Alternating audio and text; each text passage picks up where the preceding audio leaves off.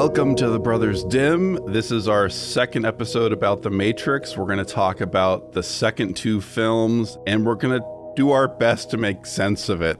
But first, I kind of want to talk about having like a positive and a negative outlook, or when you're reading into art, like when you're reading into The Matrix, it's a little bit vague, right? They definitely don't spell everything out. And I'm thinking this because I watched a bunch of like videos trying to explain it.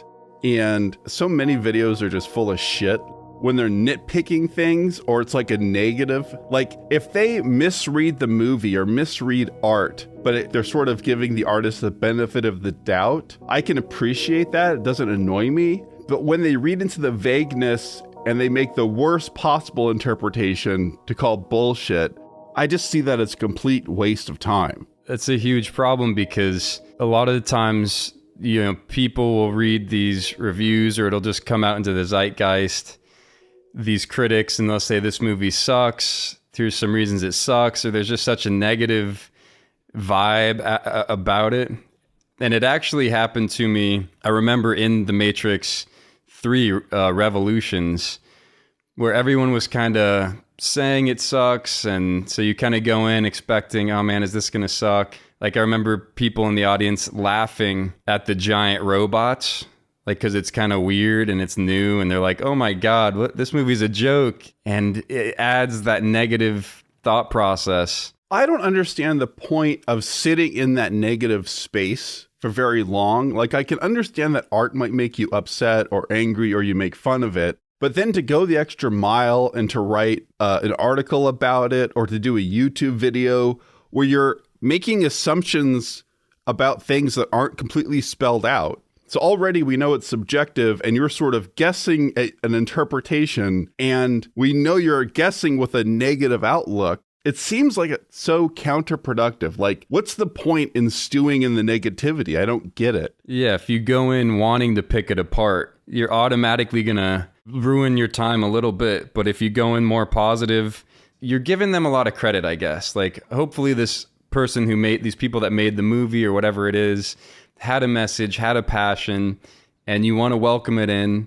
And a lot of the times, unfortunately, a lot of movies now and whatever are just not that good, and you don't get that. So maybe you just kind of get let down, like, oh, I was ready. I was waiting to get, be moved or to open my mind, hear a new message, and you get let down or something like that. But why not just let the letdown happen at the end instead of like in the middle or in the beginning being like, oh, this is going to suck. That didn't make sense. What's this?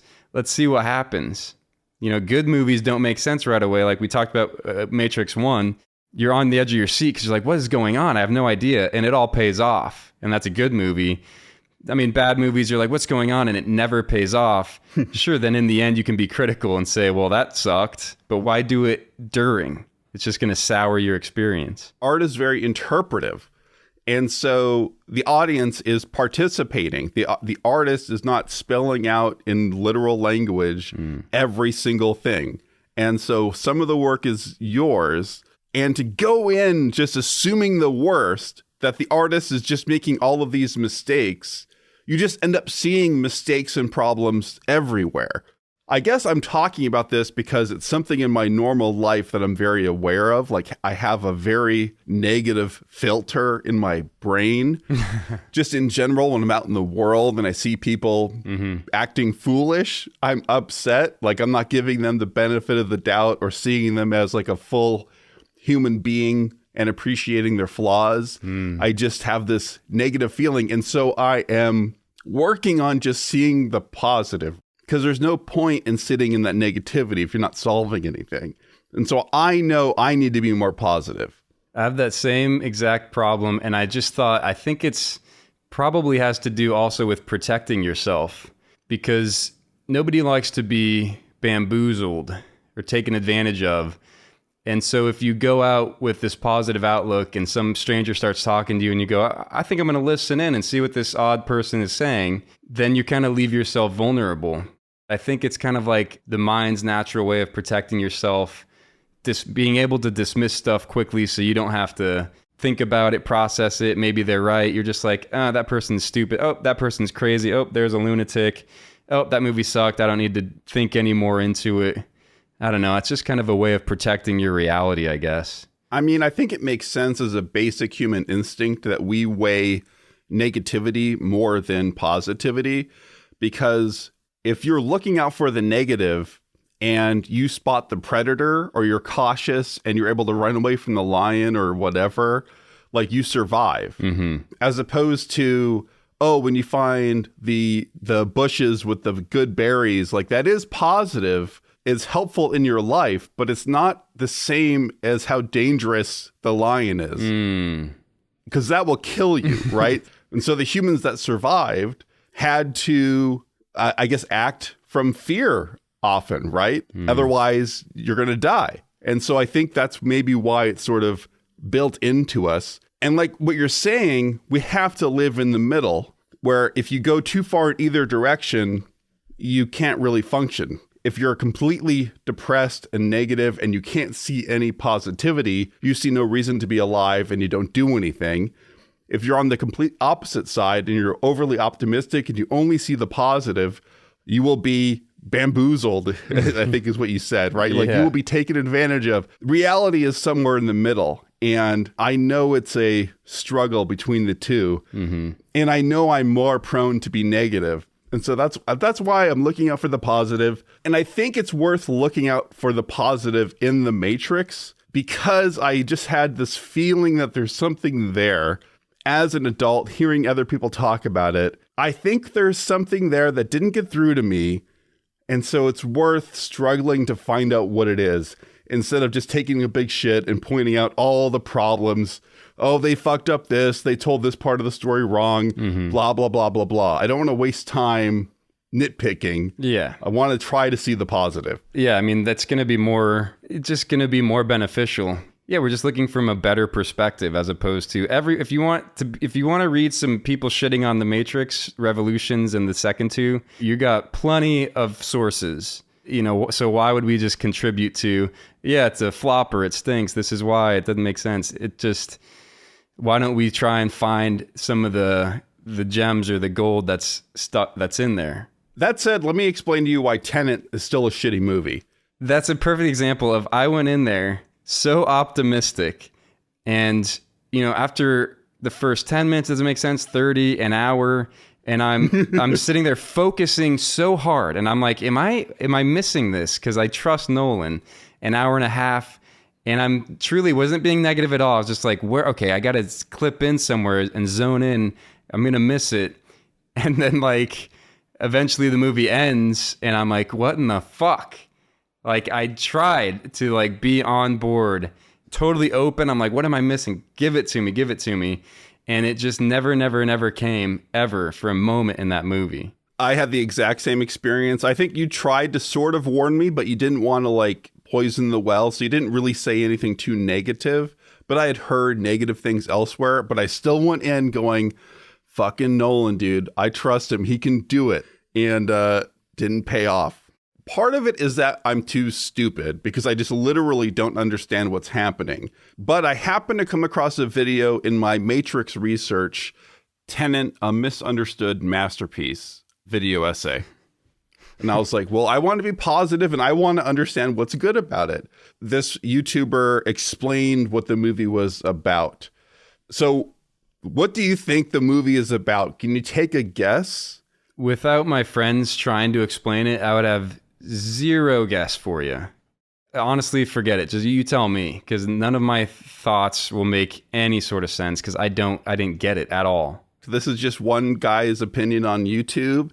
The argument he was making was the whole movie is sort of leading up to that final action scene where they introduce that strategy where those soldiers go in to fight a battle in regular forward time, and then there's Team B, blue team, I think, waits on the sidelines for the battle to be over, and then they go through the battle backwards. And the reason that's beneficial is because when things are moving forward in time, Team A can get to the end of the battle and inform Team B what happened.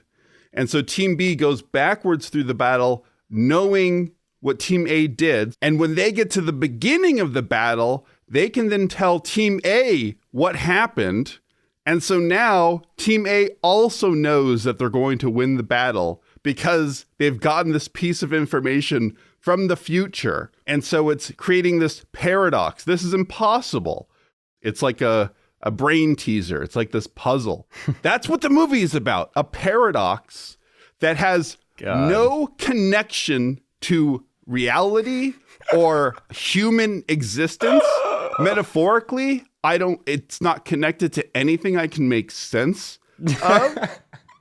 And so this guy was really excited putting this together. And then, of course, the rest of the movie is just more layers on top of that, where things at the very beginning are set in motion because things that have happened at the very end. And so, like, the overall story is the same maneuver as that final battle. And so that makes it sort of make sense to me what Nolan was doing, but I just don't understand why. And maybe I'm missing something. You know, you talk about this when we talk about aliens or the simulation, and your argument is sort of, you're never going to know, and it's a complete waste of time because it doesn't affect your actual human life. Right. And I don't totally agree with that because I think there is a metaphorical meaning or maybe real meaning to both of those. Whether or not we're actually in a simulation, I think it's interesting to talk about the Matrix and sort of the metaphorical simulation that we're in. So there is, if you just go into metaphor, something there. With Tenet, I don't know if there's a metaphor or if it means anything. I think maybe it doesn't. You know, But why would he spend so much money on it if it doesn't mean anything? It's just not worth it. If that's the scratch he wanted to itch, he did it for an example, to show how fast you could have done that. He did one in Inception, and they're running up the stairs in a square, and the bad guy falls off the stairs, and they look up, and it's because the stairs don't connect. And he looks at the girl and he goes, paradox. He put a little maze in there for you. If you want to have a little paradox gag in your movie, throw it in there like that.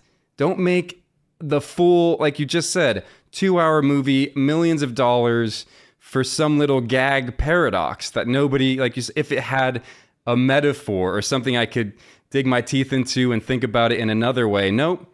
It's just that there's stairs, and the angle you look at it, it makes it look like a full set of stairs. But the trick is, oops, it's a paradox. It's not stairs that connect. That's what it is to me. So why waste that much time when you could do it in a line? It's a fucking joke, man. I don't know. I feel like I must be missing something, or I don't understand the human being that is Christopher Nolan. And maybe that's okay. Maybe he's just, I don't understand him. And the human beings that, care so much about that little paradox that you just explained to me, and I don't want to process it any further. I barely understand it, and I don't care. I don't understand the human being that thinks it's so important that they're going to watch a 2-hour movie about it and then do a ton of research and be like, oh, that's a cool little science paradox where it's going to serve them no further purpose. It's not going to help them in life. They're not going to come across a situation where they're like, oh, I'll implement that Tenet paradox and this will help me in this situation. Nope. If this explanation is correct, it serves no purpose. Whereas the Matrix films, I think, are trying to serve you something. There is a deeper message there. Mm-hmm. We talked about last week how we didn't necessarily connect with it. I didn't connect the dots. I've done a bunch of research now. I still don't totally understand literally what's happening, and I also don't totally understand metaphorically what's happening. But I do get the sense it's pointing in a direction, which makes it have a reason to exist. Mm-hmm. Unlike Tenet, which feels like maybe there's no reason for that film. Yes, and let's be positive, because compare it to Tenet. I'm all on board with The Matrix 2 and 3, and I agree there's stuff that they were trying to do. Like you said, it didn't deliver. But there's a point, there's a reason. So it's easier to be more positive with these Matrix, especially if we just finished talking about Tenet. I definitely don't have a full understanding, but let's try to walk ourselves through.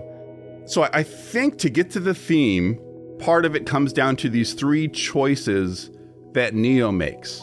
In the first movie, he has to make the choice between the red pill and the blue pill.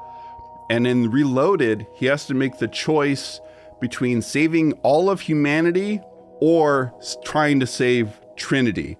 And then the last decision he makes is not between a binary. He doesn't know what to do. No one tells him. And he decides to go to Machine City. So what do you think that's telling us? That evolution between, in the first two examples, it's so clear, right? Morpheus holds out his two hands. It's left hand or right hand. The architect points at two doors. There's a door on the left, a door on the right. The final decision is not spelled out for him. The first one, Neo is chosen, and he follows this prophecy, and he becomes aware of the Matrix, but he's still kind of chosen. Like, he's basically, Morpheus is kind of walking him around, telling him what's going to happen, and the Oracle's telling him what's going to happen, and and he's just kind of confused all the time, you know, even on his face, and just like, what? Huh? What's this? So I feel like the first one, he's chosen, and in the second two, Neo has to kind of abandon that Morpheus or the Oracle has answers, and then he starts to choose for himself. So, I mean, he's still the one, but now he's just able to kind of, I guess, become his own god, I guess, because it's like the architect seems like a god, the Oracle seems kind of like some god, the Smith is, I think it's kind of claiming your agency or whatever, and no more that people are going to tell you where to go, what to do. You have to choose it for yourself. Like my job, like I got a job and I started at the bottom, kind of like on-site manager, and I liked it. And then I would get, you know, kind of promoted, and they kept me in that flow state we talked about where I was not too bored. I was enjoying it. They were keeping me happy, like financially. So I wasn't really choosing where to spend my time, or I'm still not. It's kind of like they're still choosing for me. I'm totally aware that it's my choice, and I'm aware that I have independence. I'm aware of generally my reality, like kind of like red pilled, but I'm still getting offered, you know, hey, do you want this? Do you want this? And I say, yeah, sure, it's my choice. But I feel like the analogy would be when I eventually say, you know what, thanks, but I'm going to do something entirely different, exactly what I want to do. And it's more risky, and there's no for sure outcome. There's no job security. I'm going to branch off and say, I have a goal to do whatever it is. I'm going to make my own movie. I'm going to make a new Matrix. Yeah, you're sort of like in the path of Neo, you've taken the red pill and that you're aware of more of reality, but you're still in the Matrix in that you're following all the rules and doing the things that are expected of you in a normal job. I think this is where most people exist. They're aware there's bullshit in the system. We know there's political corruption. We know the corporations are fucking us over. And we know about these weird social rules and things that everyone's sort of willingly participating in. A lot of people see the bullshit, but they haven't transcended it, right? Like we see the bullshit and then we continue to exist in it. Partially because I don't know what the next step is necessarily. Neo transcends the whole system. Like, he gets out of the Matrix. He gets out of the level of control on top of the Matrix, which is like the illusion of choice. And he actually makes some choice. And right. I don't, like, if I just think about my own life, I don't know what that means for me, right? Because I'm always thinking about money. Like, I'm always thinking, like, what can I do that I would still make money? And like, that's a part of the equation. That's not very Neo-like. You have to you have to break out of that. Yeah, like, God, like some people can choose to live like a pauper or what have you and be happy. Some people go, you know, a route that still makes them a lot of money. Like these free thinking, you know, billionaires or what have you, like Elon Musk, or kind of like Kanye West. He's clearly like out there and free thinking, but his paths just come with, you know, a lot of material goods, a lot of money. You're kind of bringing up that you could do a lot of good from within the Matrix.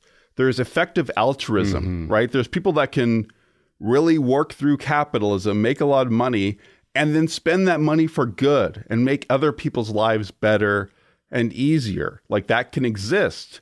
So you could put a lot of effort into using the system, not just to your advantage, but to the community and to the wider world.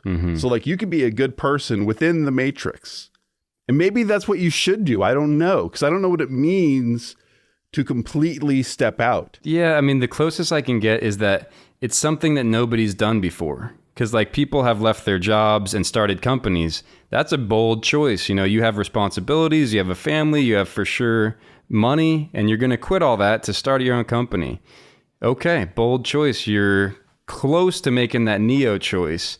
But I think the closest I can get is to say that when you do that, nobody has done it before, so nobody can tell you what's going to happen, if it's okay. And many people will be shook by it or rattled by it, and you won't have anyone to kind of console with or talk to about it.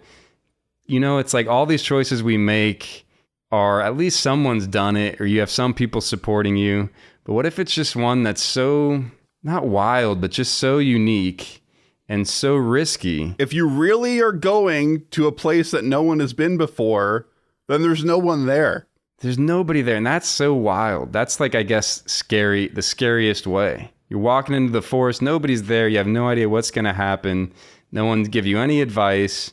And it's, deeper than like, I'm going to get a new job, a new career. I'm going to break up with my girlfriend or whatever. It's more like, I'm going to do this thing.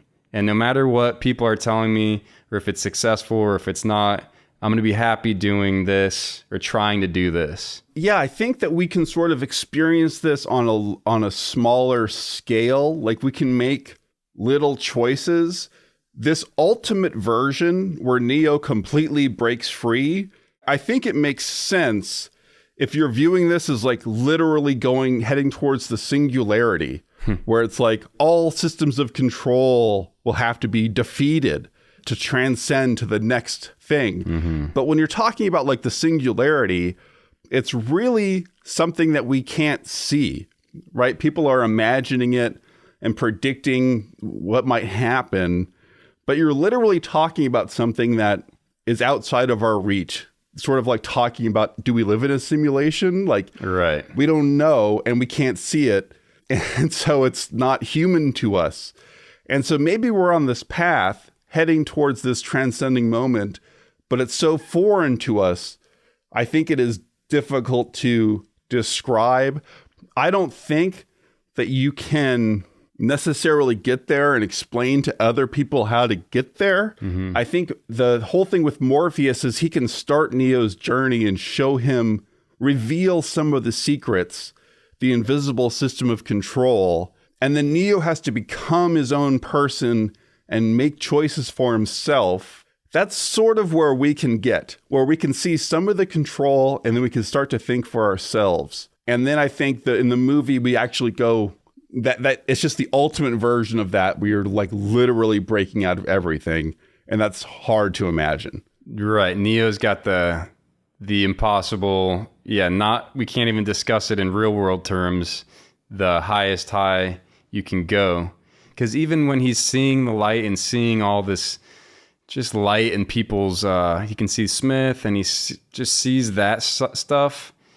I feel like there's something to do with like transcendental, like basically reaching enlightenment, where everything in the past doesn't matter. I think enlightenment is kind of being fully present and nothing else matters, and you're just there. And I don't know what it is, because I'm not there. But I think there might be some sort of metaphor to what he's doing is kind of reaching, transcending this world or what have you, and just reaching some spiritual, like I know it in the sense of Buddhism, enlightenment, where you're no longer going to be reincarnated and going back over and over again. You've transcended it all. Again, no one can tell you how. You just have to figure it out. You got there, and there's no more, reliving your life. You transcended it. You're enlightened. That's the end type of deal. You're released. Well, so Ken Wilber is this philosopher, and he does one of the commentary tracks, and he breaks it down into 3 worlds, where the Matrix is the world of the mind, and that's where like ideas are fought out. And then Zion is the world of the body, That's where you have like the dancing and the sex scenes, and like that's where the body matters. And then the machine city, that final step where all he sees is light, and it's a golden light, right? The Matrix is green, Zion is blue. Mm-hmm. That golden light is the spirit, like the final ingredient. Mm-hmm. And I kind of struggle like you do, where I have not reached pure enlightenment. I would like to get to take steps in that direction, right? Like I want to become more spiritually fulfilled. Mm-hmm. I don't know what that means. You're right. Right? Like I hear people talk about it and I don't know what it means. Like I see people who are spiritual on YouTube and some of their explanations are just complete horse shit. Yeah. Where like they've gone cuckoo banana cake. Yeah, the things they're saying don't make any sense. Maybe they're on a higher plane and I just don't understand it. But I think there's a tendency for people to get so spiritually open that their brain falls out. And so, but I also believe it's possible. I think it really does mean something. And I think we can seek enlightenment, and there's something there, but I've not studied enough philosophy or spiritual texts or anything. And I'm definitely really so early on the journey that I don't understand the fucking path at all. Well, that mind, body, spirit, that helps a lot. I mean, that makes sense. I don't know if that's exactly what was in their head or whatever, but that is an easy way for me now just to think about it, and it makes it make a little more sense. What does that spirit part mean to you? Because it's easy for me to understand the mind, body worlds. Yeah. But what is that spirit world? And like, what do you get out of the movie? What is it telling you about the spirit world? I mean, to me, it makes sense because like when he sees light and he sees those people, sometimes when I like meditate and become very present, I kind of not see light, but I see things. And if they're moving, like somebody's walking, I can see, not for real, but like I see like the trail of where they were, and that doesn't matter. And all that matters is where they are right now. So I can kind of see them as light, and it's like fades away as they move around. I'm not actually seeing light, but I'm just like, oh, I see exactly where the tree is, and it's moving in the wind. And I guess the closest that I can get now is to say the spiritual part is letting go and just being present is as close as I can get from my understanding of it. And I think you're way right with the people on the internet. Like we said, no one can really explain it to you. Personally, the reason I don't like to do a lot of research, like I didn't research other people's ideas of the Matrix, because if I don't get there on my own, something about me kind of rejects it. Like if I listen to a spiritual guy online and he's telling me how he got there, what the deal is, that's his own journey, and I'm obviously not going to agree 100%, but just that I don't know what he's talking about. I didn't get there of my own accord just by thinking about it and living and experiencing. For some reason, I like just getting there on my own because I remember it more. And then I'll read it later and I'll be like, oh yeah, I feel similarly to that. Because I don't want to read something and think, oh, that's how I feel, but I didn't really get there. And I'm not explaining in my own words anymore. I'm just using the words of the person that I read. I like to get there on my own so no one can really explain it. Isn't that what the movie is about? Morpheus can't tell him what to do. Mm-hmm. Not even the Oracle can tell him what to do, right? It seems like she has this deep intuition and she knows everything. Right. But even she can't direct him. He has to come to that final choice on his own. Mm-hmm. What's interesting is, do you remember when he makes that decision in the movie? He's talking to everyone in the crew and he goes, guys, I can't even explain it to you. I got to take a ship and go. And they're like, what? He's like, just, I guess you got to trust me. I don't know why, but I got to go. Is that the one you're talking about? Yeah, I think there's one moment before that where you see him sitting in his room thinking, and it cuts to a shot where the camera is sweeping up towards Machine City. And I think what that means is he's feeling it. Mm-hmm. And like going back to the spirituality, like I think you can't get there through thinking. Yes. Right? Yes. Like that's why the Matrix is separated off to its own world. But the spiritual world, You can't just think your way into it, and you can't just be guided into it step by step from someone else. You have to make that final choice on your own. Mm-hmm. You need to have this connection between all three worlds, right? And they're at war because they're disconnected. And through the movies, they start to get mixed together, and then eventually...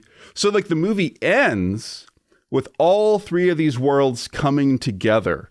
Right, that is what the payoff is to his decision to go there. Mm-hmm. By him going to Machine City and them, plugging him into the Matrix while he's physically there. So that means now his body is there and his mind is there, and this spiritual connection represented by the machines themselves. Mm-hmm. Now all three elements are together in one place, and that's what seems to reset the Matrix, and boom, a beautiful new day. Yeah. God, you know what I'm thinking right now?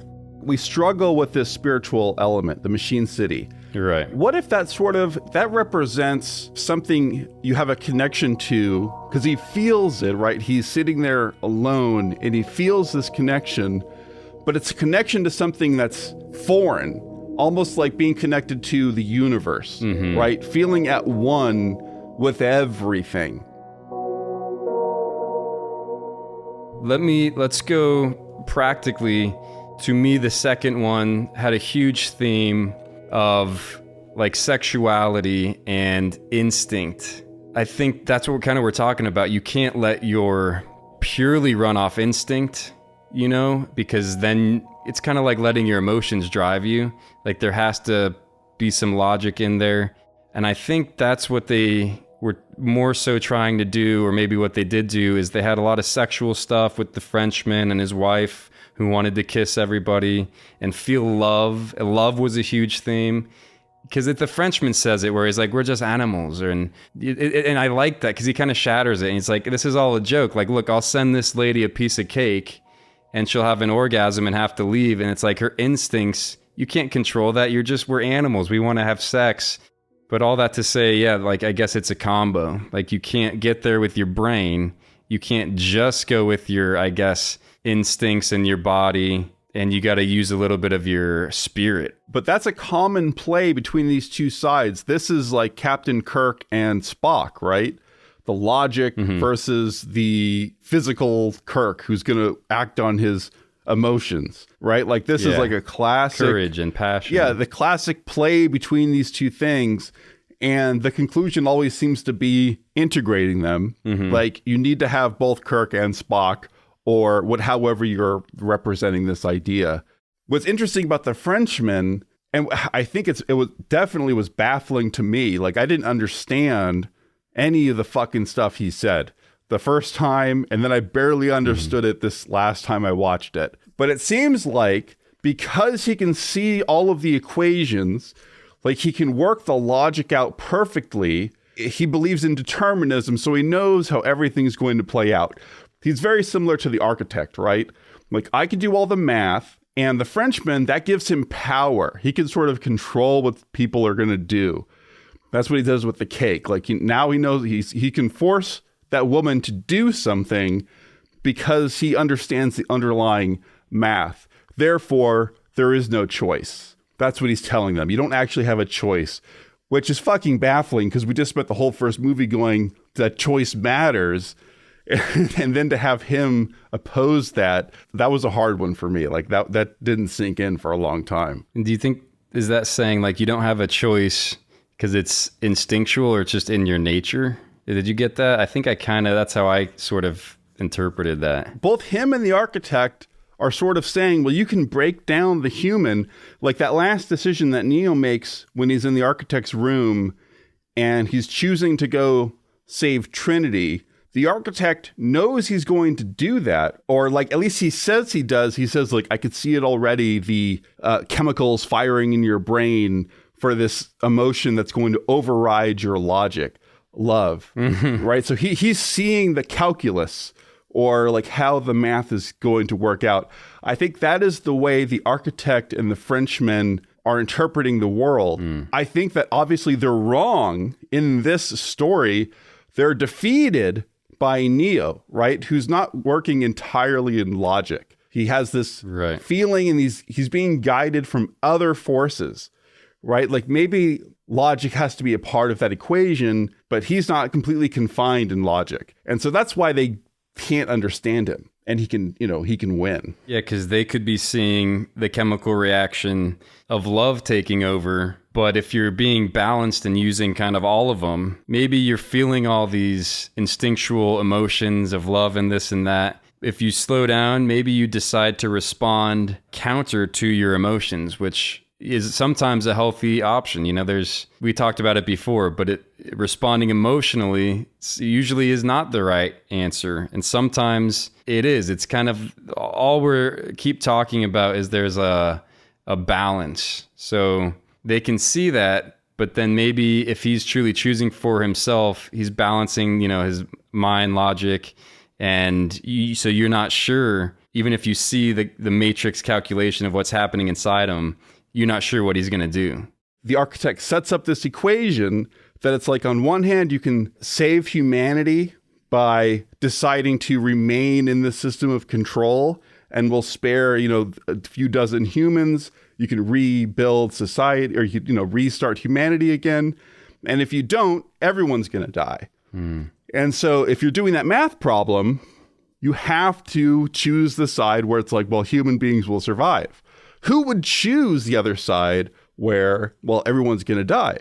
The math doesn't add up. And so the 5 ones before Neo, that's the decision they had to make, right? Like, you feel like you're getting out of the system, and then the ultimate thing that happens is you find out you're still constrained within the system. The architect has thought all this out with the Oracle. They've devised a formula. They have to give the illusion of choice so that people feel like they can get out of the matrix. That's what makes the matrix work. Yeah. There's like the first 2 matrices are the paradise matrix and the nightmare matrix. They both fail because there was no choice. They had to introduce that element. So people have to have the option to choose the matrix. And I think he says, like, even if it's nearly unconscious, but that means that some people will escape. Yeah. And so they account for that. And the way that they control those people, which Neo sort of represents that urge to escape the system and break out of the control. He is like the ultimate symbol of that. He represents all of humanity trying to break out of control. At the very end, they go, okay, stop. You want to break out, but then everyone's going to die. Mm-hmm. And that's enough to stop the one, usually. But so Neo doesn't stop, though. He does the odd thing of choosing Trinity, even though he's told in that equation, everyone dies. What do you think about that? Oh, God. I feel like he doesn't believe what other people are telling him anymore. So he hears it and he knows that's a possibility, but that he is now choosing for himself. So he doesn't necessarily believe this godlike architect. But okay, so I missed that entirely the first time watching it. Is just help me understand it before I go further. It was built in to the Matrix. It's like another layer of control. Like, you think you can unplug and that's the end and you got it. And they figured that out, that people need that feeling like they can unplug. So they baked it into the cake as a secondary kind of form of control. And the way they did that was, well, they know people are going to have this prophecy or be spiritual, and some people are going to unplug and escape. It's going to happen. So how do we calculate for that? And that way is to they did it 5 times, is to let them start their own little underground society in, real human beings unplugged from the Matrix. Let them do that, give them all this hope, and then give the one who's for some reason inevitably going to happen the choice. And then it's, layer of control. You're always going to choose to save humanity, because if you don't, everybody dies. So it's the classic, like, all right, well, do you choose one person or 1,000 people? Is that basically what's going on? I think so. So Morpheus's whole dogma, what he believes so strongly, is already known. It's planned by, let's say, the architect, and they know there's going to be some Morpheus who believes it and is going to do all this. They want it to happen, basically. And then they just say, all right, take 6 men and like 20 women and start another one. and then repeat because it only works if people have the choice to unplug. So it's just like basically another layer. Yeah, that's it, right? I think so. And like, I think that makes sense in our reality. Like now I can start to make connections in real life. I think like art gets co-opted, right? Like you'll have a rebellious message, like take down the system. And then that gets integrated into the capitalistic system. They start selling products about, yeah, we're going to take down the system. The rebellious kids will start introducing cool new language about how they're going to overtake the, the power, the systems of control. And then the systems of control start using that language in advertising back at them and maintain the control. It's why the second movie is so upsetting, because after the first movie, you think you've broken out of the control. And then when you find out you're not, you're like, fuck, bullshit. But I think it's important because in reality, that's what's happening. People will take a red pill. You see some of the bullshit, but you're still in it. This is that episode of Black Mirror. Yeah, where everyone has to run on the treadmill to earn credits. And then the one guy calls bullshit on the whole system and he like holds someone hostage with a piece of glass. And he's like, going to take it all down. And then that gets good ratings. And so they give him a show and he just does that performance of like putting he puts the piece of glass up to his own neck and he's like, oh, he's going to kill himself, I think. But now that performance is also a part of the system of control. That feels kind of real to me. Now that you mention it, I've seen it too in the real world where like fascist type governments not only adopt it, but they use it like as a, they take it on. I don't know what I've read, but like them putting out flyers that are anti themselves, which doesn't really make sense. But I think it's the whole idea of you have to give people hope. If there's no hope, then it's not going to work. Like that's why the Matrix didn't work without people thinking there's got to be, because some people are going to think there's got to be more to this. I need to figure it out. So you have to give them hope. And that's what they did with that second layer of you're right. And you got out, giving you some hope. Look, there's a whole society out here for you. There's more hope. There you go. And if you don't have that hope, nothing works. I keep thinking about the third Batman when he's in prison in the deep well. It's like a well and there's a rock wall. And the whole idea is that it's the most painful kind of, I think in that movie, it's more for torture because if you just send them out there and there's no hope of getting out, whatever, they're squashed, it's over, they give up. Similar like the Matrix. But when you say, hey, there's a light at the top and if you can climb this wall, you can get out. And it gives you hope and you keep going. And it's both the most torturous thing when you have hope and it's like taken away. But that is what I did miss that entirely the first time. And it seems like that's kind of what they're putting in, that it doesn't work without hope. So they gave him the hope, but then they had the solve for it where it's going to happen. We know it's going to happen. And then we just redo it. Yeah, they haven't completely solved the human problem, right? He does not have a full understanding of how we actually work. That's why he just is just part. You had a problem with the architect, right? Like you put a note. What was your reading on the architect as a character? One just surface level problem, especially for young kids, is I think just as a plot device or as a storytelling use, you can check out, like because of the words and stuff that he uses, and it almost like it makes you feel stupid, like. It almost felt the first time I watched it like you're not supposed to understand him, so just, check out. He uses not insane words, but just the way he speaks is so calculated and that it was easy to not understand what he was saying. So I thought maybe they could do that in another way. But this time, I'm older and I listened to it and at least I got that part. Like, what does he represent to you? Is he God? I think he's sort of the ultimate masculine reasoning logical part of the system. Like his purpose, he's called the architect, so he's a program called architect. So he's made, his purpose is to create a system that will contain the humans. So that's his whole purpose. He's going to do all the math to make a perfect system, a perfect harmony where we can imprison all the humans and there's not going to be a problem. And then he can't do it, and they introduce the Oracle, who her original purpose was to understand human psychology. And she's the one that introduces the element that the humans need the choice. They have to have a hope that they can break free. So she's also a part of it. So I think she's the feminine, more chaotic energy, and she has intuition, right? He's operating from logic and she's operating from intuition. And I think there's a lot of that in the movie where there's a yin-yang relationship. There's always like a male-female or like an opposites sort of functioning together. They make it sound like they were having a chess game right at the end, right? And she kind of won and she played it a little risky. Are they on the same team? Because they want the same thing, right? They want it to work. I mean, they live in the Matrix, so the Matrix has to work. And I guess she wants there to be more of a peace. Like in the end, she got her way because there was, I guess I don't understand the peace with the robots in the end because Smith was such a problem. Like, I don't understand really why there was a peace between the robots and the Zion people. I don't fully understand it. I think the peace comes because they can't deal with Agent Smith. So only Neo can deal with him. Mm-hmm. And he sort of has to destroy himself, but the Matrix can live.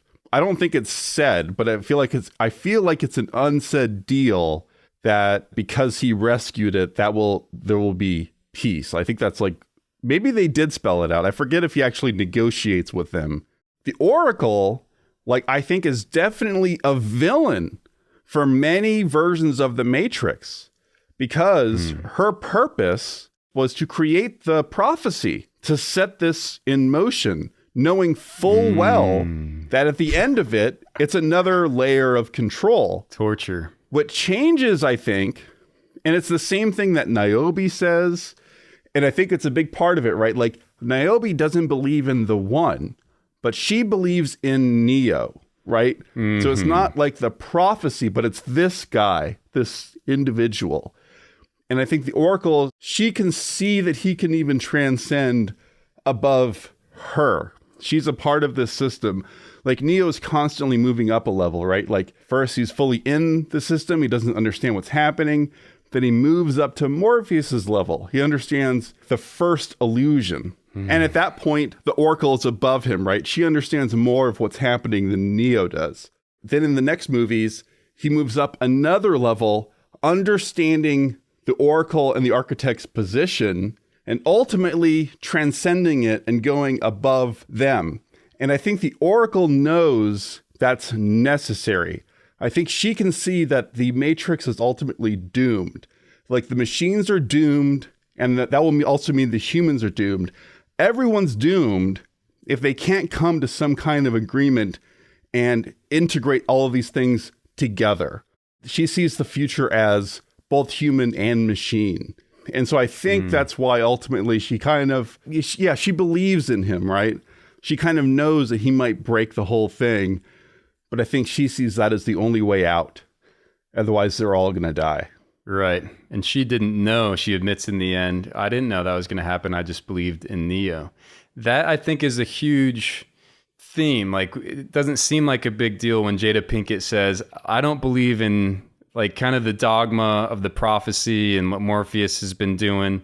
But I see Neo, and I just believe that he's going to do something important. It sort of is kind of representing, like, I don't need to believe in a religious element or a dogmatic element to it.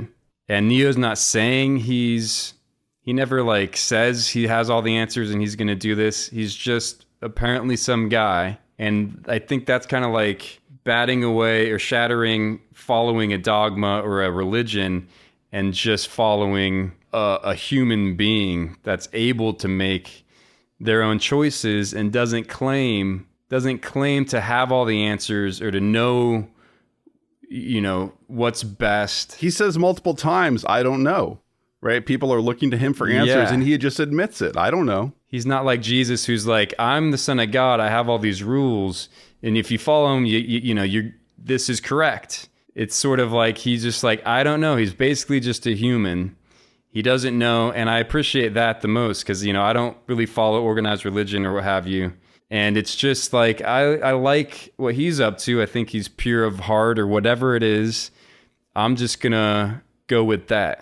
What's interesting that I'm thinking now, if we relate this to our real world, the dogma, the prophecy is necessary to bring Neo to a certain level of awareness, right? Like it puts the thing in motion and it gets Morpheus to seek him out and guide him upwards towards enlightenment. But the dogma can only take him so far, but it was necessary in the beginning to set the thing in motion.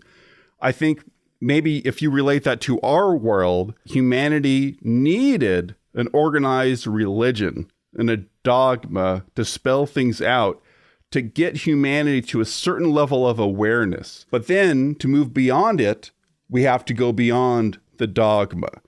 So maybe it was a necessary step, but then you have to follow an individual out, not the idea of someone, but an actual human being. Right. Maybe because that's the idea of religion. We live in a greater society now. Let's try and figure out how to make it as peaceful for everyone. And to do that, we need some rules and some structures, but they're not listening. So let's lie and say, if you don't do this, you're going to hell or what have you. It's basically religions are there to kind of save people or make them not want to kill each other with war and basically to overcome human nature. Yeah, you can definitely see the positive sides of it, right? Like it doesn't solve everything and it is inherently flawed because of the dogma. It will only allow you to get so far. But maybe for some people, and I don't mean this in a condescending way, because I think a lot of people think of religion or the people who follow religions deeply as sort of like sheep. Like the religion is just there to control them. Mm-hmm. But I think there is a benefit to some people, not just the church, but the actual human beings who are following it. It might actually lift them up to a certain level of consciousness, awareness, right? It won't propel them beyond, but it does help bring some people up. Yeah, that's true. I have no idea if this is at all connected to anything in the movie anymore, but this is just what my mind is doing now. I think this is the kind of the proper, in thinking about it, the conversation for these two movies kind of should go or would go is very meta and philosophical, because you're not going to nail down these points. It can't really be concise. And it wouldn't be as fun if we just went over the guy that you said evaluated like the mind, body, spirit. That's a nice element. But I think with the context of these movies and the ideas, it kind of has to be, it makes sense that it's more like a stoner group of kids type of conversation of like, well, what about this and this? Because it is highly philosophical meta themes throughout. And they're also hard to, it wasn't structurally sound enough to make it easy to talk about them. So we're kind of, I guess, having to talk like this. I don't want to have to put a ton of effort into investigating every piece of art. I know sometimes it's necessary, but how do you know if you don't understand it? Like we could have done this full investigation and really thought deeply about the Matrix and see what other people said about it and come to the conclusion that it's bullshit. And it's like Tenet, where it's not based in any kind of reality, and it was a complete waste of time. That might have happened. Mm-hmm. And there's no way for us to know without doing the investigation because it didn't guide us through successfully. When I'm watching a movie, if I have to like stretch and come out of the movie and think, oh, this character is representing instinct and what he's saying is this, and it only makes sense if you kind of take yourself out of the movie, try and figure it out, put it back in, then it's just not working. Like you're doing this work during the movie. We're not feeling it. You're doing the intellectual part of it, but the feeling part is necessary to pull me in. I don't want to do the homework in my head and be taken out of it. The Matrix 1 didn't do that. I think you can do movies about whatever you want, and the Wachowskis are going to do a bunch of crazy shit, and it's not all going to work. That's fine. But the bummer is that these deeper levels are not spread to the general audience. I see. Right? Mm-hmm. I don't think the people in the general audience are not thinking about mind, body, spirit, or about the other element of control that's layered on top of that first level. So even though you think you've broken through the illusion there's actually another system of control. This is important. If everyone were to wake up to some of this, we might have some more progress for humanity. But most people, I mean, myself included, didn't get it. And so it didn't function well. Yeah, exactly. We're only kind of getting it because we're spending all this time batting it off each other, and it might not even be correct. But like with The Matrix 1, you can go up to somebody and be like, dude, you're getting red pilled or whatever. Like you can say it and the analogy clicks and they get it. Now there's no really quick way to say anything about what we just talked about for it to make sense to somebody who saw the movie. We can't be like, yo, mind, body, spirit, right? Like The Matrix. And they'd be like, what? Like that didn't make sense. So it didn't basically package this idea in a simple enough way to be able to enter pop culture. And like the first one, 20 years later, people are still saying, red pilled, blue pilled, The Matrix. I mean, yeah, it just didn't do what the first one did. Didn't do the job of a really great movie. It failed to get through to me, and that's a bummer. Even though I think there's something there to get. Something worth getting. You're not like Tenet. And exactly how you just said, there's something worth getting. But if you ask me now, I can't even tell you, and we just talked about it, I can't tell you in simple terms what's worth getting unless we talk for an hour. I can't say, oh, well, it's about not only being aware of this, but choosing for yourself. We just have to go through it all over again. I think that's why movies can be so magical when they nail it, right? When you have that emotional connection to something, it's so easy to grasp and pull it up again really quickly. You don't have to do a formula in your head and pull up a bunch of points for it to make sense. You have a feeling about it, which is part of the point of this movie. But I didn't get the feeling out of it the first time. It's like having a really good analogy. I'm just thinking of like candy represents, superficial, junky content, and vegetables, the meat and vegetables is the good content that's like helps expand your mind and blah, blah, blah. Those good metaphors, it feels like they almost come out of the spirit realm because it feels like they get plucked out. Like you're not just doing the math. How do I make these things connect on an emotional level? How do I connect body and mind? It feels like it was there all along and then someone discovered it. Oh yeah, it should be like that. Like, oh, this can be represented by The Matrix. Duh. The best ideas are so simple. They're not, oh, what about if we do all this crazy stuff? It's like we've been talking about, intuitive. It's like, oh, that feels like this would represent this. And it kind of just comes together. Now let's just make that simple, easy idea as succinct, as easily digestible, put all the passion and the work into it, but let's keep that simple idea there.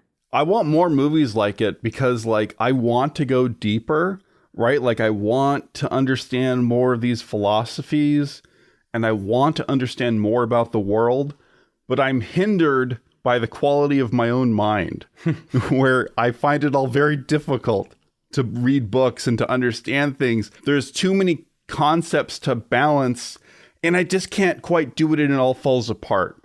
And so I'm a bit of a simpleton and I need a simple explanation. So maybe that means I can't understand the complexities of everything, but I can understand an oversimplified version of it that points in the right direction. Yeah. And that's what I'm looking to movies for, and I'm not getting a lot of them. And I think that's fair. It's not even that you're slow or stupid or whatever. Maybe we think more emotionally. So even if we could buckle down and read these philosophy books, it's sort of in one ear, out the other. Yeah. You gain some from it, but you'll forget. I'll forget, man. I'm going to forget all this anyway. It's sad but true. My brain doesn't hold it. But if it's an emotion, if it's a movie and it does a good job, then it can bring me up to those higher levels. I mean, it sounds like just a cop-out to be like, I can't read a book, I'd rather watch a movie.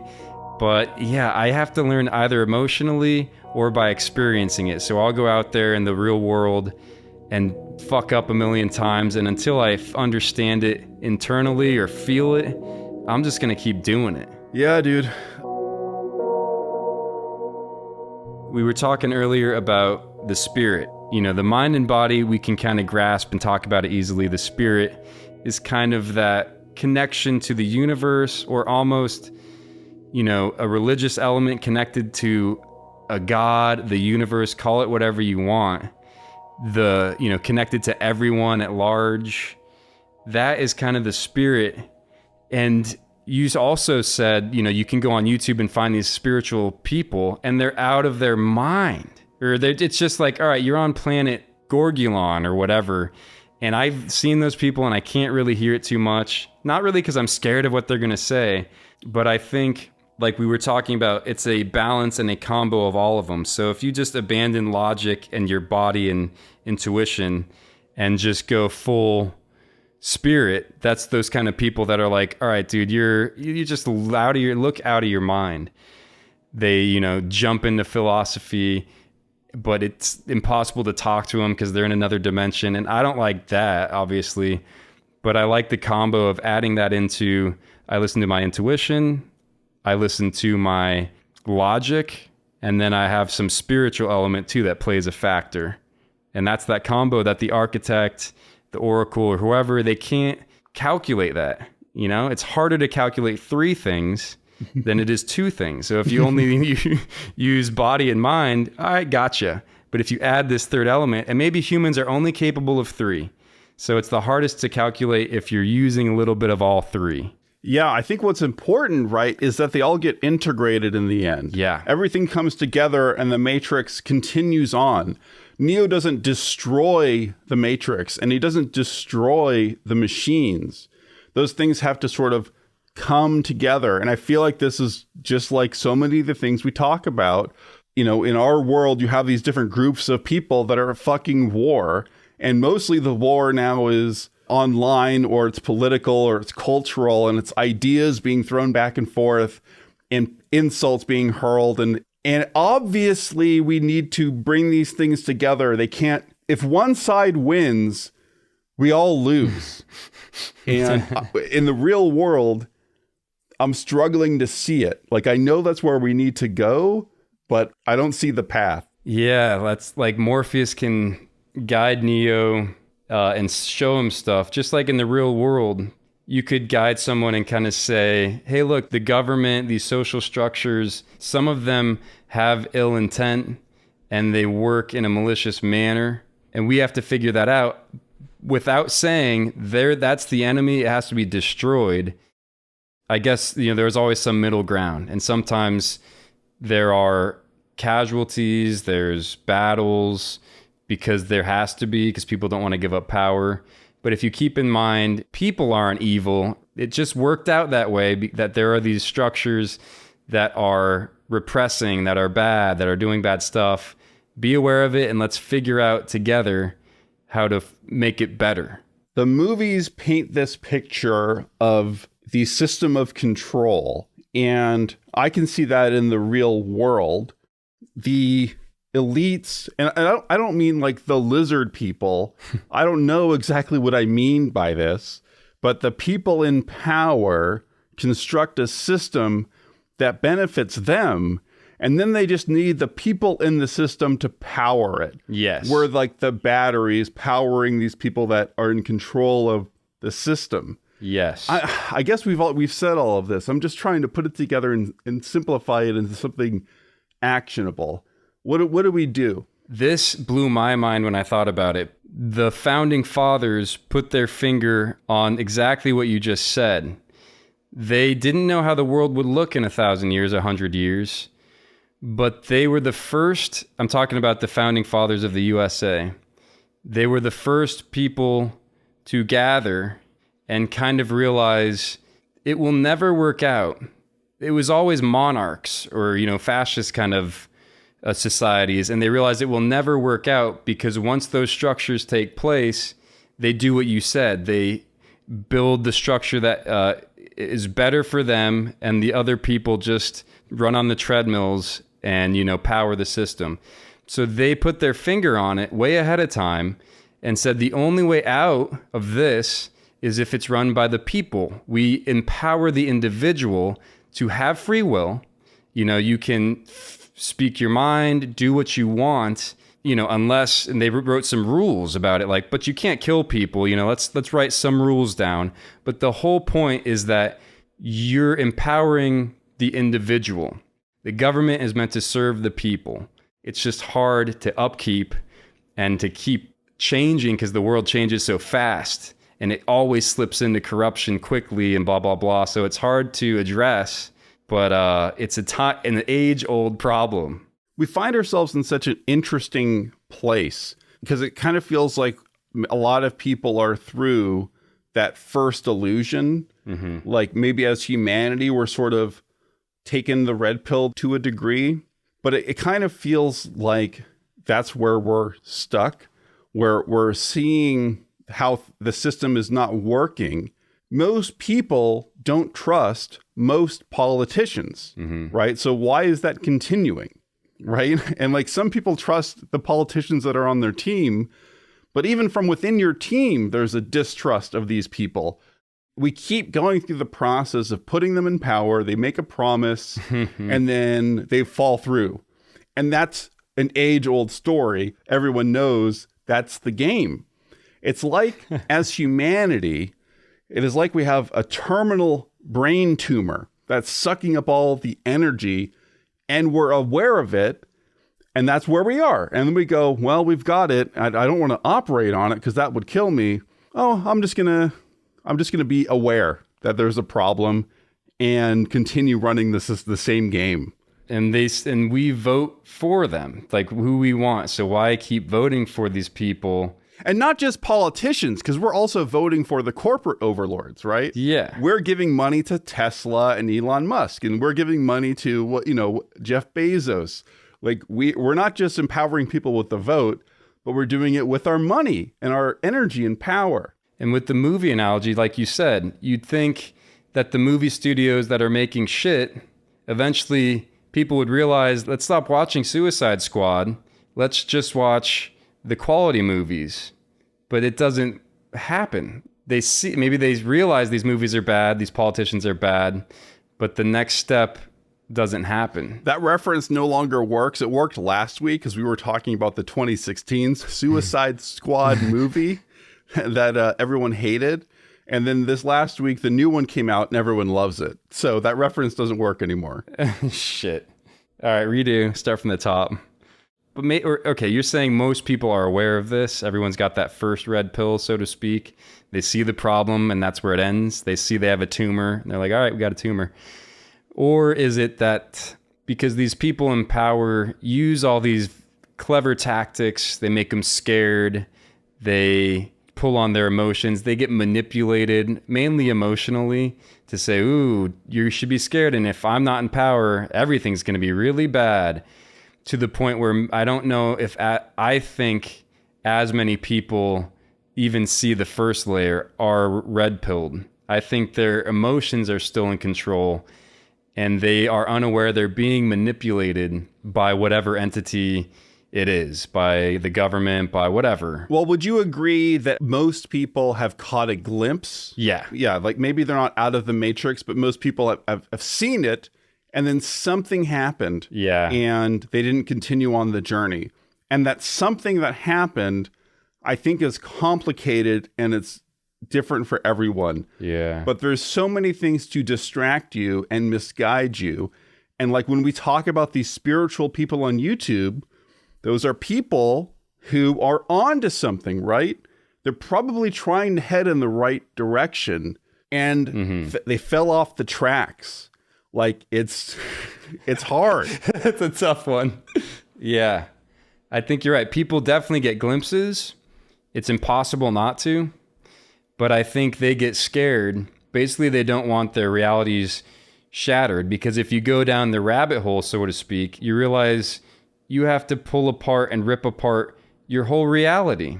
So I think maybe they see glimpses, but it doesn't register like that to them. Like, oh, I don't want to go in there and rip out my reality. It's just their reality is as it is. They've been told it's all okay. Everything's good. They don't want to start trudging into the uncharted forest, shattering everything, losing their minds. I don't know what to call it, but I guess it's just they're scared or it's willful ignorance I think most people are not necessarily Cypher, who willingly goes back, right? He wants to take the blue pill and go back. Right. I think there is something else sort of going on where it's as if they've gone through the first movie and most people agree with the first movie. Mm-hmm. And it's only the next couple of movies that upset everyone and they don't understand it. Like, that's why I wish these movies had gotten through to us on a bigger scale, because maybe it would act as like some good guidance for humanity. God. Maybe this fucking fourth movie will make it all work. But you know what? This totally ties in the beginning, because I think it's more them protecting themselves on that autopilot of, let's dismiss things that are going to start shattering our reality so that it stops there. It starts to get wavy, they see a glimpse, and their body and their mind protects them by dismissing it. For example, we watched Kanye West was doing the interview with Jimmy Kimmel. He's just a good example because he's so famous and people just dismiss him. He's a bipolar lunatic, but they can't fully dismiss him because he's a creative genius, and his music, personally, I think it's brilliant, some of it, and what he does is good enough where that people still want to hear it. And so although he says wild, crazy things, he's not totally dismissible. But in the like Jimmy Kimmel interview, he's talking and he's saying weird stuff, but it's all genuine and it's not that crazy, but the audience is quiet and they don't want to like take it seriously. And instead, Jimmy Kimmel will say stuff that makes them feel safe, like that this guy is crazy. Stuff like, remember when you jumped on stage and screamed and took the Emmy away from Taylor Swift or whatever? And so then the audience cheers. It's like they're waiting to feel comfortable. So he's saying all these like out there things that would maybe start to shatter their reality, or it just make them think a little bit. And then they jump right back into being safe when Jimmy Kimmel's like, yeah, but 5 years ago you said George Bush doesn't care about all black people. Everyone laughs. Yeah, don't worry. We don't have to listen to you anymore. Dismissed. I think that's such a good example, and it shows a lot of these components. And I think it's very similar to when Jon Stewart was on the Stephen Colbert show we talked about a few weeks ago, and he was sort of doing a comedy routine about how absurd it was that people aren't putting their attention on the fact that it might be a lab leak. And it became Stephen Colbert's job to maintain the matrix and dismiss Jon Stewart. Mm-hmm. And in this Kanye example, so we're talking about Kanye was talking about the matrix. And sometimes you just have to be fearless enough to break the simulation. Simulation, a 2-year-old jumps on a coffee table and someone says, that's a coffee table, don't jump on that. So it went from being something that makes him feel like Superman, he's got his cape on, to something where he's 2 years old, he doesn't give a about a coffee or a table. And he's starting to like calculate all these things. And by the time you're 40 years old, you've got a wall full of coffee tables calculating you into traffic, calculating you into your career choice. Right. The adult is putting the structure of the matrix into the young child's mind before they even know what's going on. Mm-hmm. And I think that's such a terrific metaphor, and that could open a lot of minds. And Jimmy Kimmel, just like you say, jumps in, gives some examples to make it easy to dismiss Kanye. Verbatim. He might be onto something, but Jimmy Kimmel, he works for the Matrix. He is an agent. Totally. And then Kanye says, like the coffee table analogy, and then life is just coffee tables being stacked up left and right, and you're just in a world of coffee tables. It's a great analogy. And like they do it so like they must be talking or something, because Kanye brings up Trump or whatever because he was a Trump supporter, and then like as if on autopilot, like he just has to, and he's good at it. And I don't not like Kimmel, but he's like, yeah, and we just have to be aware that, you know, Trump is literally putting kids in cages and separating them at the borders. And then it's commercial break. So like he has to do it at the end, get the upper hand or whatever, just kind of dismiss it and then go to commercial type of deal. What's so crazy is that like, I think in that example, it's very clear to me, Kanye is a little bit like Neo, and he's seeing the illusion and he's trying to tell people about it. And Jimmy Kimmel is operating like an agent who is reinforcing the structure and dismissing Kanye. Yeah. But then I'm trying to think about Reddit. What's happening on Reddit or these other places where there's not a single individual who's obviously in control and directing the narrative and making sure people don't get a peek behind the curtain. On Reddit, it's millions of people who are all participating. I don't know exactly who's in control. I know there's moderators. I assume a lot of the control is coming from the people themselves because they get to vote. Like, I don't know how corrupt it is or if it's actually completely free and we are imposing that control to dismiss everyone's opinions who you don't agree with and to distract you from your own self journey. And who's doing it? It's the collective almost. It's like when a swarm of bees or whatever is flying around, they just follow, or no, the fish, they're swimming around and who's following who, I don't know, but they swim in a perfect school. And with Kanye, I mean, he's an interesting example. There's clearly genuine thoughts coming out of his head. Like he's just sometimes trying to express himself. And he even is honest about like having mental issues like bipolar. So he's saying stuff that you would think is important. And some of it, pick and choose. You don't have to love everything. And he's pretty out there. Yeah, he's like honest at least. Because he's in explore mode where he's thinking on his feet and he's talking out loud where he's not just performing bricks. So in the past, we've talked about the brick metaphor and the fog metaphor, where you have fuzzy ideas in your mind that are like fog and they're kind of vague and you're figuring them out. Or you could have these firm bricks that are really well structured, so all your ideas sort of add up and make sense. Like Jimmy Kimmel has the bricks and he knows the way that things are supposed to operate. And so he knows what is the right thing to say. Kanye doesn't necessarily know what the right thing to say is. He's figuring it out as he's saying it. So that means he's actually open and currently exploring reality. But because of that, that becomes a weakness that the system can exploit. Because if you're exploring ideas and you're speaking out loud, you will say things that are stupid. I think that's a similar problem that I have too, is like I'm thinking about stuff and trying to formulate it as it comes. And it's so easily dominated, for example, by Jimmy Kimmel, because he has his bricks. He kind of knows how he's going to respond or supposed to. He's not exploring in explore mode and coming up with stuff. Yeah, Kanye appears to be coming off as like slow and crazy because he's piecing some stuff together. And when he says something that's scary to Jimmy or to anybody, it's so easy for Jimmy to come off as the dominator, lay down one of his one-liners, make the audience laugh, and dismiss everything that Kanye just said. So I that's why I just love seeing that somebody in the real world is in explore mode. He doesn't have it all figured out or what have you. And he's not afraid to kind of go out and probably get humiliated, sadly, or at least embarrassed.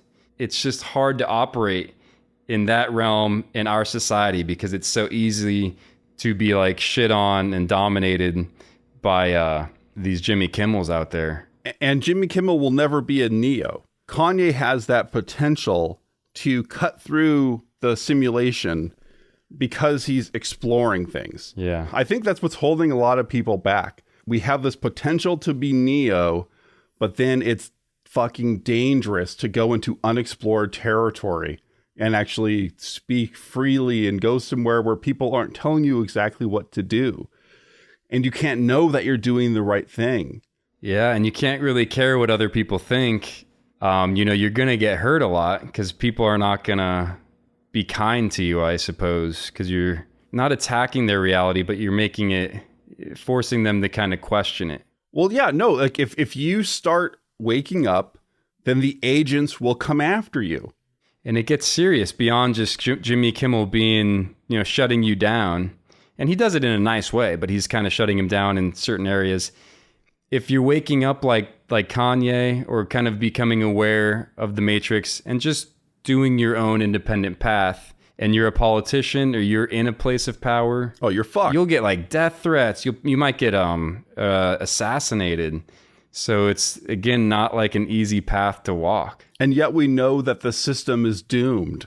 We, like the Oracle, can see the future and have this feeling that this is not going to hold up and something's got to give. And we need to put trust in some individual, or we've got to do it ourselves. And that, you know what? This goes back to the first episode, because you said, I don't know when the last time it is that we had a leader that people followed out of love, out of just respect, or whatever it was. You're like, I haven't seen that in a really long time. And I haven't either. And that's kind of what Neo is. They're just choosing him. He's not the brightest. And they're just choosing him not because he's saying he's a god or a deity. He's just trying to do what he thinks is right or whatever. And people are saying, I believe in that guy. And that's what we haven't had in a long time. I mean, I think that we need to, in our own way, become Neo.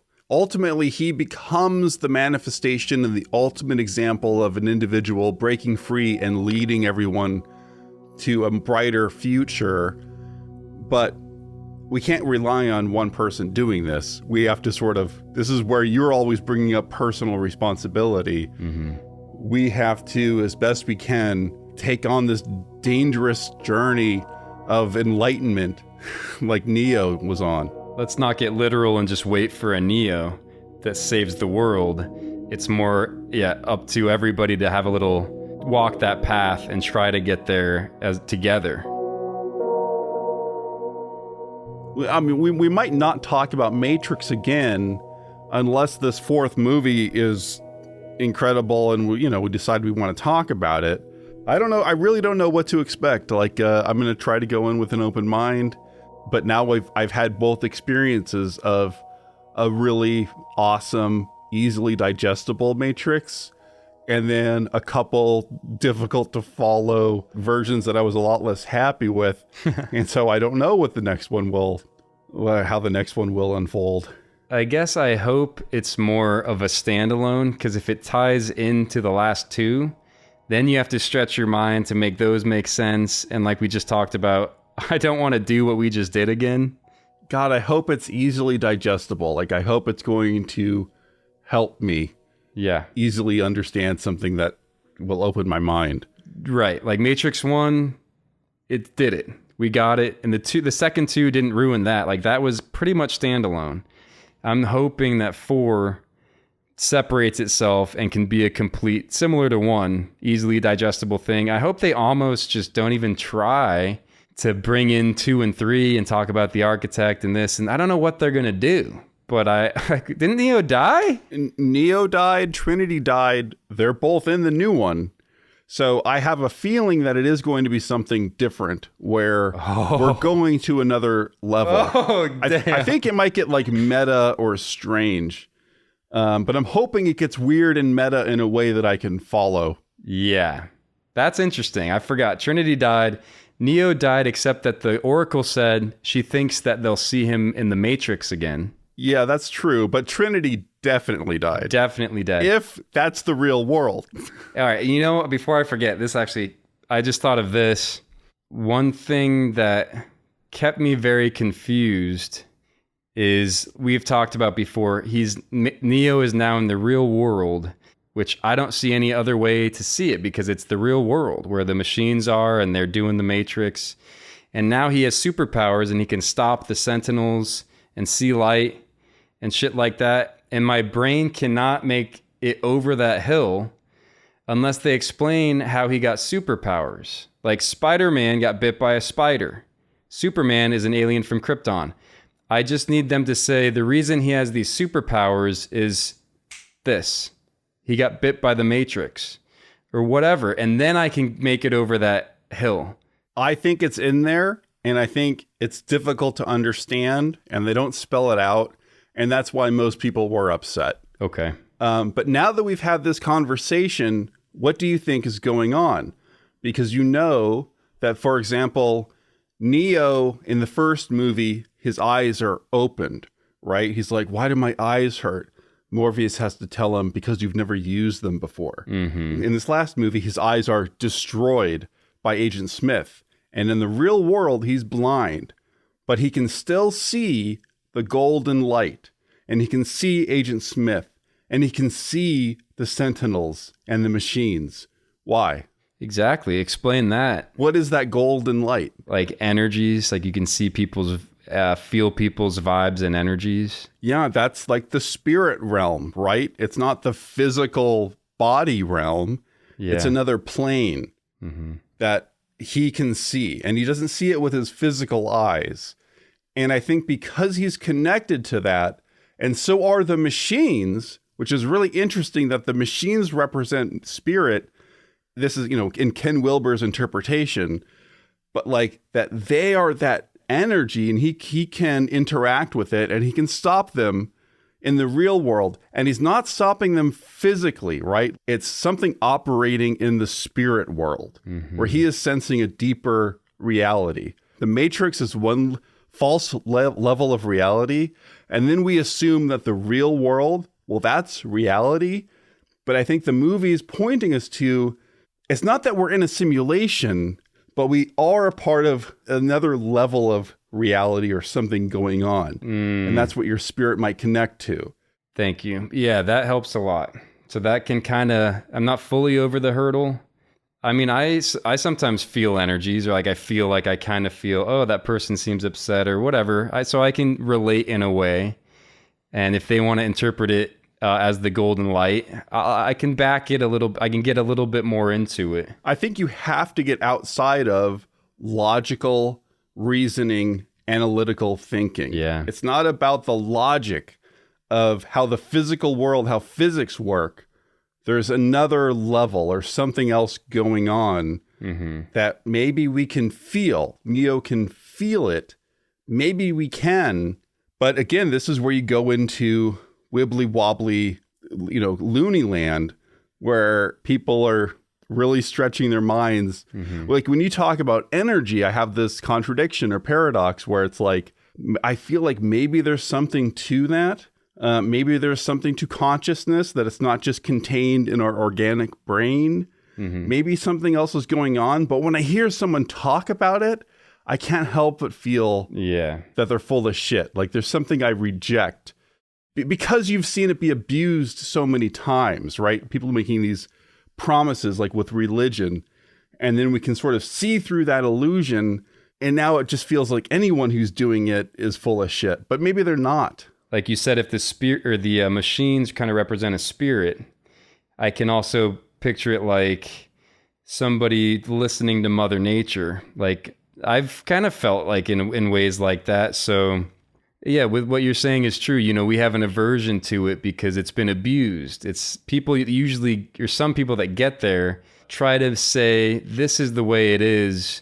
Believe what I'm telling you. And they add a dogma and a way you should live your life. And they add that element into it so that we have an aversion, and which is healthy, I think, to somebody telling you this is the way you have to live your life. Well, because it's kind of like there's this veil that we can't peek behind, right? We can't see all of reality and see how everything is actually working. It's unknown to us. And then if someone peeks behind the curtain and they see, like, it's like they've left Plato's cave and they've seen actual reality. Yeah. And then they come back and they tell us a story.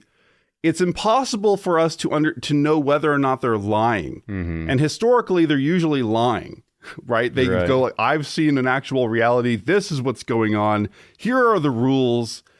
And it turns out that's a bullshit just for power or control or whatever. People are pretending they understand the unknown and then using it to control people. How can you ever know and trust someone who's seen something that you haven't seen? Yeah. Especially when they're telling you, like, this is the way it is. Because the Wachowski brothers, they peeked behind into another reality. And instead of coming back and saying, hey, this is the way life is, they made the Matrix.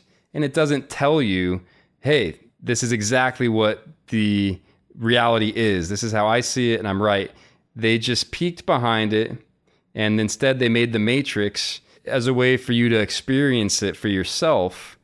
And that's brilliant, because those crazy people on YouTube that are telling you this is how it is, I'm averse to it because I go, that's your experience. I'm not saying you're wrong, but you can't have the same experience as me. And again, you don't know what's better for me or what's right for me.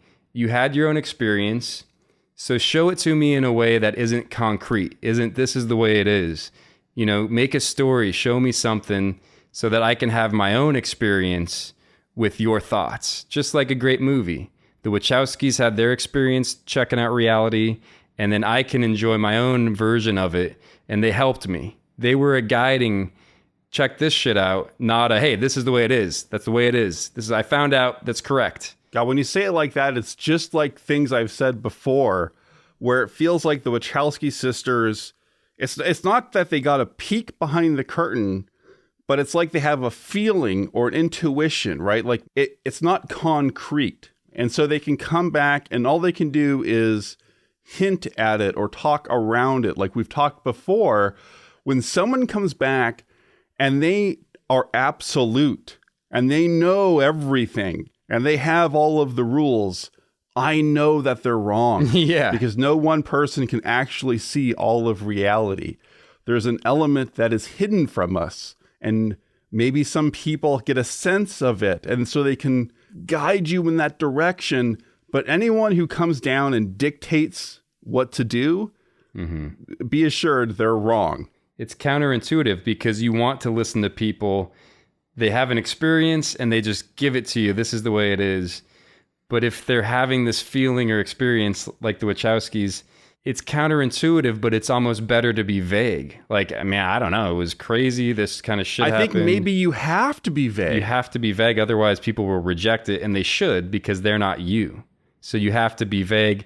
But vague isn't a quality that people promote or think is good. Being like, I'm not sure, but I think it's kind of like this. People are like, he's wishy-washy and shaky. When it works in movies, it so obviously works, right? Like, you get excited about something, and then you have a conversation with a friend, and you don't see it exactly the same way. You think, oh, this character's motivation was this. No, they were doing it because of that. But you're excited, right? There's an energy behind it. You're seeing different things, but it's guiding you towards a place or a conversation or something.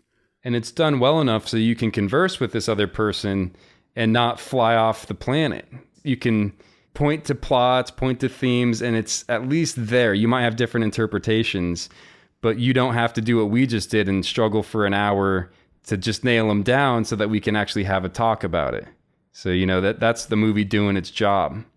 Well, now we've really got to wrap this up. I think we did fairly good at being positive. Like, this wasn't a majority of just complaints, even though there was some complaining in there. Yeah. Like, we're trying to see the bright side and where it might be leading us. And we both clearly got a lot out of it. I mean, I've definitely turned where, like, it's not my favorite movie, and I still prefer the first one, but I'm glad I have more understanding. And I think it really is introducing some new metaphors for me to look at the world. Yeah. Like, that initial thing that really upset me the first time, the spiritual stuff and the stuff I didn't understand, and the architect and the other illusion and another system of control, I really rejected that at first. Yeah. But now I think it's interesting and worth thinking about. Agreed. And I contradict myself from the last Matrix episode. I'm glad they tried. And now that we've talked about it, it really does feel like a trilogy. Like, it seems like there's a coherent thread. And you need to build the foundation with the first movie, and then you have to upset those expectations in the second movie. But, like, boy, that upsetting us, that's really difficult. I didn't get through it, and most people didn't get through it. A lot of people hate those movies. Yeah. And they laid the threads down. You can't jump to the second set of movies. Like, you need to go on that first journey, fall for the illusion where, like, you as an audience member think you're out of the system and you're kind of joyous. You know, Neo flies away at the end and we're all excited. We're like, we did it. Yeah. We fucking did it. We woke up. Like, you need to have that experience, that emotional experience, to have the experience of being disappointed, that hope that they gave you is actually a part of another system of control. There would be no way to jump to that story in an emotional way. You have to go through the first illusion and fall for it for the next part of the story to make sense and impact you emotionally. And you're right. I mean, if they were kind of setting it up, you're supposed to be disappointed in the second one. And a lot of people were, I think, for different reasons, just in the movie. But maybe that's also part of it, that people don't want to be disappointed. They don't want the rug pulled out from under them. They don't want to be confused and shocked. But that's on purpose. That was part of the experience from number 1 to numbers 2 and 3. I just kind of grouped those together. So in that case, I guess it did more of a better job than I thought of disappointing you almost. All right, dude, we gotta I keep saying we're wrapping this up. All right. Thanks for listening. We appreciate it. Yeah, thank you. Let's just unplug for the final time. We gotta unplug this. I think that's the point. It's never over. We are on a continual journey of unplugging. It can never actually end. Well, then we'll just have to hang up. All right. Well, then I'll talk to you later. All right, see ya.